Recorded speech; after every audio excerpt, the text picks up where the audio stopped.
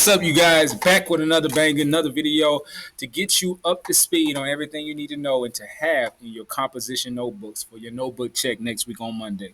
Boom, let's do it.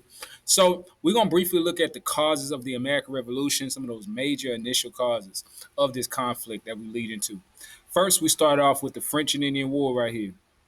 The French and Indian War is the key catalyst that got everything kicked off. It led to the British government taxing the colonists at such a high rate. It's what created the debt that the British government had to pay back to these other countries that they borrowed from. And that's in turn the main reason why they had to create those taxes in order to pay back that debt. That's the main reason, right? But it all started with the French and Indian War. So, causes, French and Indian War.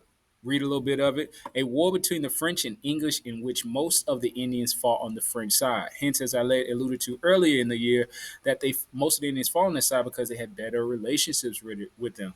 French and the Indians were were very good trade partners, especially in the fur trade industry with each other.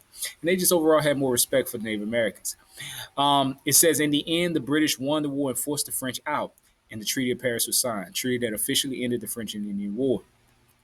Proclamation of 1763, a law that would not let colonists move west of the Appalachian Mountain Range. As you see here, we got that red line that we saw on our own maps in class. This line forbid colonists to move west of it, so they could not go in this direction. This is the land that they actually fought and won in the French and Indian War, but they didn't have access to it. So the colonists felt restricted. They felt like they were being controlled. And in turns, it really upset them, right?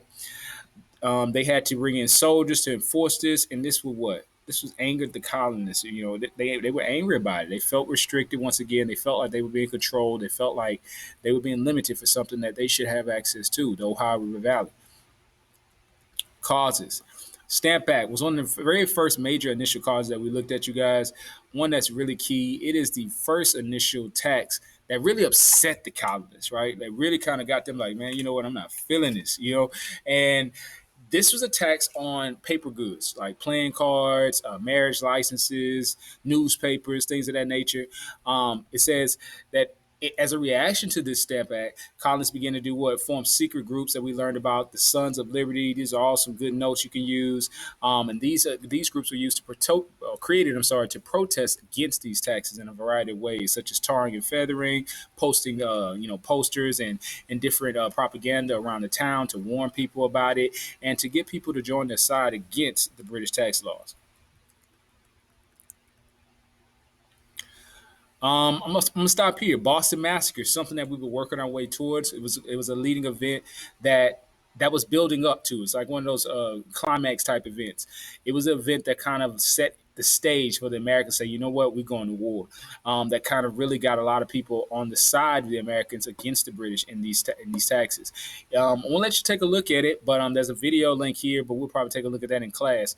But long story short, there was a protest by some people that were against the British tax laws. They saw some soldiers there downtown in Boston, and they started, hassling them, cheering and fussing at them, throwing things, all that. And a soldier fired his weapon and killing Crispus Attucks, who was a black man who was a sailor at the time, a deckhand on a ship, who was the first person to essentially die in the Revolutionary War. He was killed along with about four others in this. Now, is that necessarily a massacre? But the setup of it was propaganda to call it that, because if you hear this in the masses, you're going to think it was just the British just slaughtering people, right? And in turns, get more people to join your side. And that's what happened. So we'll learn a bit more about it, but we got some brief notes we can get down ahead of time going to next week. Everything that I went over, you can get down in your composition notebooks, and you'll be good to get all of your points, you guys. Real short video. I appreciate you guys checking it out. Like, share, subscribe. And as always, subscribe. Bye.